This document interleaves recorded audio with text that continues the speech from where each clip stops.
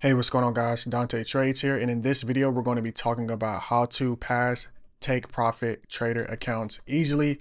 So I'm going to teach you how to pass the TPT accounts easily. I'm going to go over my results. I'm going to talk about pro strategies and show you my exact trades and setups that I use to pass these accounts so that you can do this and get funded consistently. And also I'm going to show you how to pass rhythm and tips and tricks when it comes to passing accounts with Take Profit Trader. Now, I am a six-figure trader. If you want a 100% free futures trading course, go to dantetrades.com/free. The link to that will be in the description. Now, before we get into this, if you are interested in trading with TPT, you can get the best discounts with TPT if you use the code Dante Trades. The normal list price for 50K is $170 a month. You can get that for $102 after the discounts, and also as well, the activation fee will be waived, which is normally $130. But if you use that code Dante Trades, you also won't have to pay that as well. So a nice discount for you there, and the link to that will also be in the description, or you can just use the code at checkout and it helps the channel as well. So a win-win there. Now that we got that out the way, let's talk about the first results. So this is my first account with TPT actually. So these are some of my results, and I'm going to actually go to the website here so you can actually see. But it took me 14 days to pass, which was definitely a little bit longer than usual, but it's totally fine. You can actually see I reached a profit target of 1500 there. And we can see my little equity curve here. So I actually had a little bit of a setback on the 9th day, but we actually recovered that in a couple days and it passed the account. Totally fine there, but just wanted to kind of show you some of the results that we're looking at. Usually I try to pass within a week, but this one it took a little bit longer than usual, but again, totally fine, right? So there you go. What is my strategy and how did I pass my first account with TPT, and how do I pass accounts in general, right? My strategy is that I trade volume profile and order flow. So you may say, what is volume profile? What does that mean? So volume profile is a tool that shows you exactly where the most trading is happening in the market, and it lets you see the true volume and liquidity behind the markets. It is used by professional traders and big institutions to find the best price levels. So I'm gonna actually just show you how to draw this really quick in trading view. So you just literally just go into trading view and type in volume profile. You look for the fixed range volume profile. It's going to be this one here. And then you just kind of click it on the chart and you draw it over. Now I actually already have a volume profile drawn on the charts here that I was using to trade earlier before I actually made this video, but I just want to show you exactly which volume profile we are looking at here. Now, why is volume profile a game changer? So volume profile shows you in real-time market interest with no delays and no guessing. Most indicators are lagging indicators, but the volume profile is not lagging. This finds the true support and resistance based off actual trades and liquidity, not random lines drawn on a chart, right? This pinpoints where institutional investors are putting money to work in real time, and it gives you high probability trade setups by following where big players are active, and it just helps you pick the most accurate entries and exits when it comes to your trades, right? And again, like a lot of people, they just draw like random lines on the charts and they think things are going to react, and they don't know why the lines are there or what's actually happening on a deeper level. So this just really helps you understand where liquidity really is, right? The key parts of the volume profile, this is called the first part is the point of control. And if you don't understand this right now, it's totally fine. I am going to go into more detail with some examples, etc. here so that you can understand it a little bit better. But the first key part is the point of control.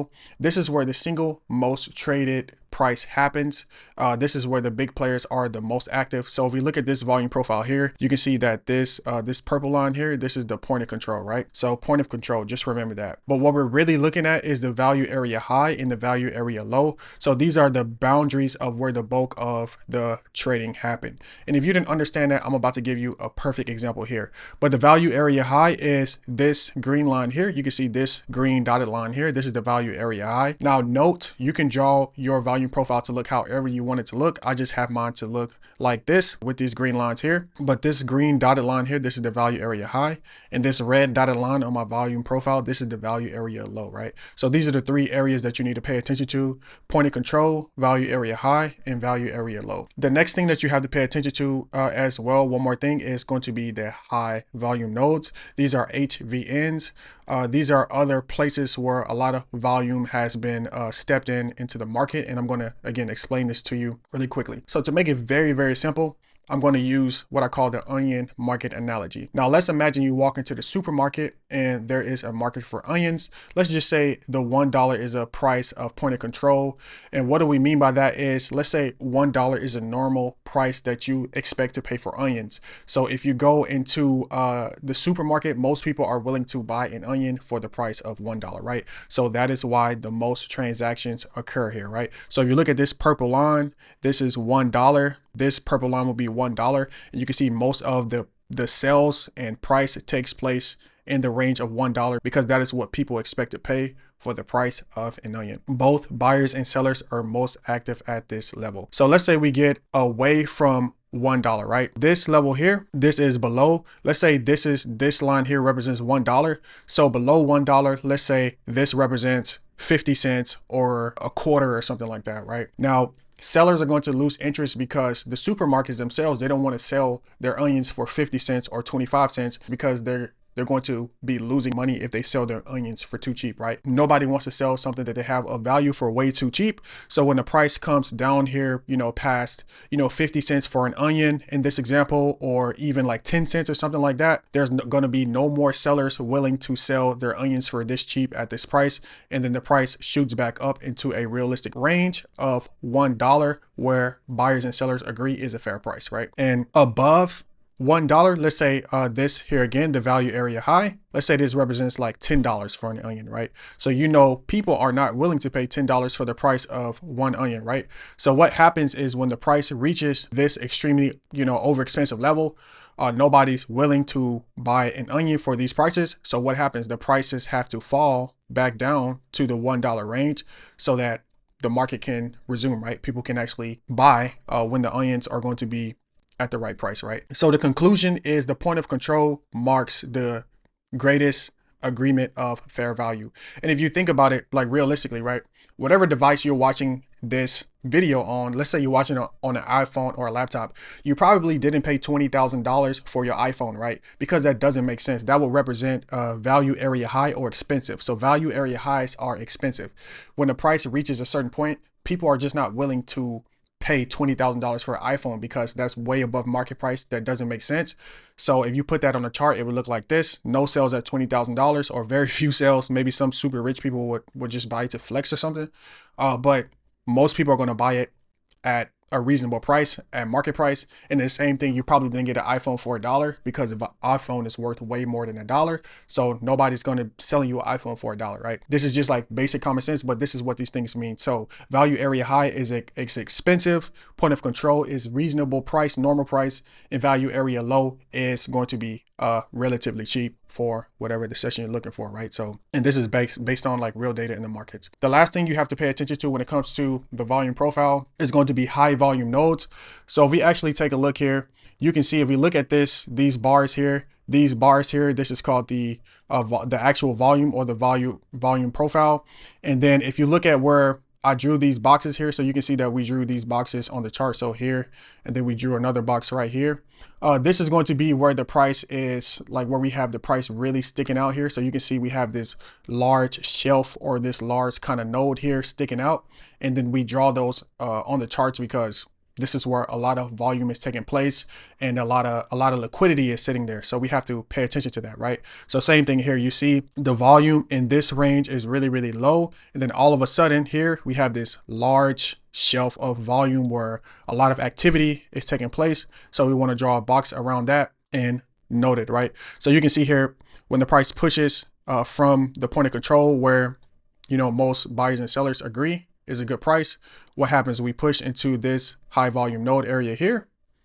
And then you can see the price pushes here at this area and then we reject, right? So to keep it really, really simple, it's just where you see like a spike in volume or a large shelf of volume. So again, high volume nodes are other large areas of strong, other large volume areas. They're going to be strong reaction zones. So you can use them as shields for your stops as well. Now we're not really going to get into that. And we already talked about value area as well. So we're just going to go to the next slide.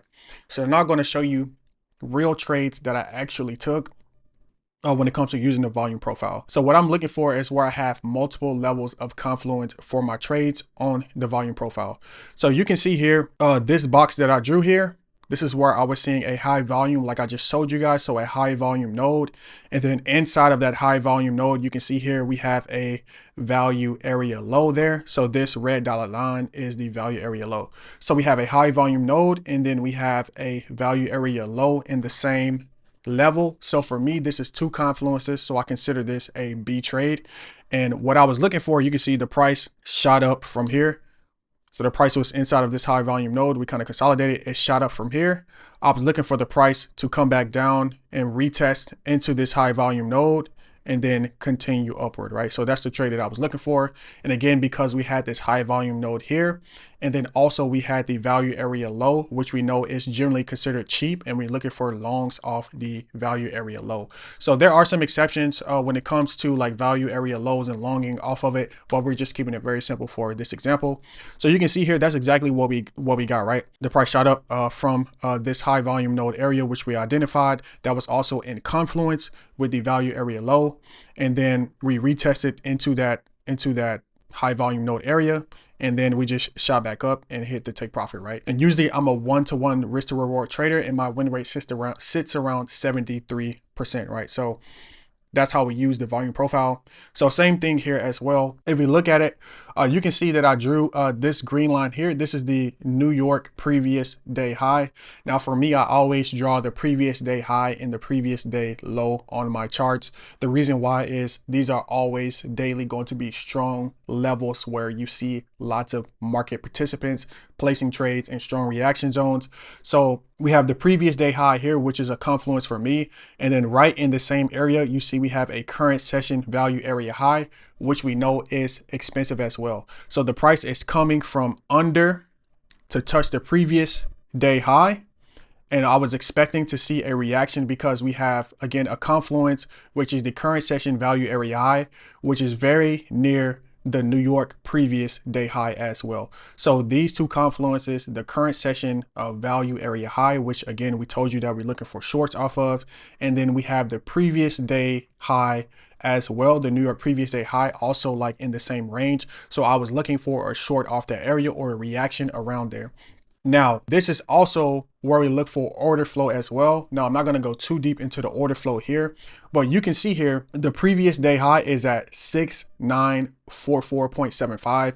And if you look in the order flow, and really quick, what the order flow is, it just shows you the book on, you can see exactly where the buyers and sellers are sitting in the market. So I can see resting limit orders on where a lot of people are looking to either get into the market or get out of the market. And you can see here, we have a large order, right? So a large sell order. So this is called the ask here. So the ask is going to represent how many people are looking to sell at a particular price level. And the bid is going to be how many particular people are looking to, you know, buy or act as support. So you can see here, we had a large sell order sitting right at the previous day high as well, right there at that 4944.75, which is literally just one tick above. So we have three things there into why I got into that trade.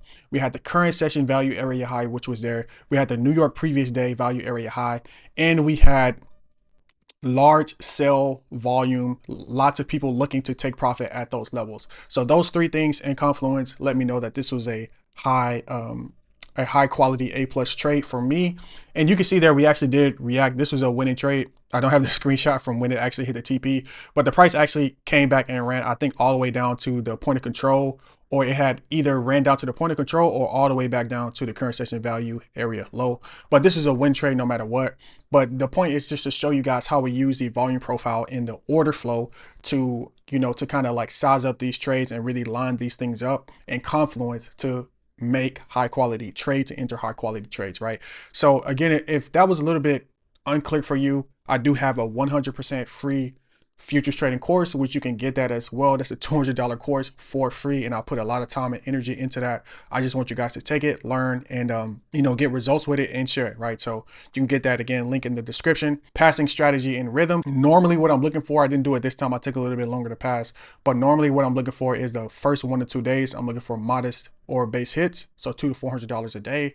And then the next 3 to 4 days, I'm looking for bigger days as setups align. So, up to $1,500 in a trade. So bigger setups. Again, you have to stay under that 50% consistency rule. So up to 1,500 in trades. And then on day 5+, then I'm just like topping off until, taking those smaller trades until I actually hit the profit target. And the reason why we say 5+ is because obviously you can't pass a TPT account in less than 5 days. The last tip I'll leave you guys here with is, if I don't see any setups for a particular session that I'm trading, I usually will just open and close a 1 micro trade just to count that towards the trading days. Because in Take Profit Trader, you have to have a minimum of 5 trading days. So if that day you're not going to trade or you don't see any setups, you can just take a 1 micro trade, open it and close it. Usually it'll be like $1 or 50 cents or something like that, but it just counts as a trading day, on your record, so that you can actually pass the account.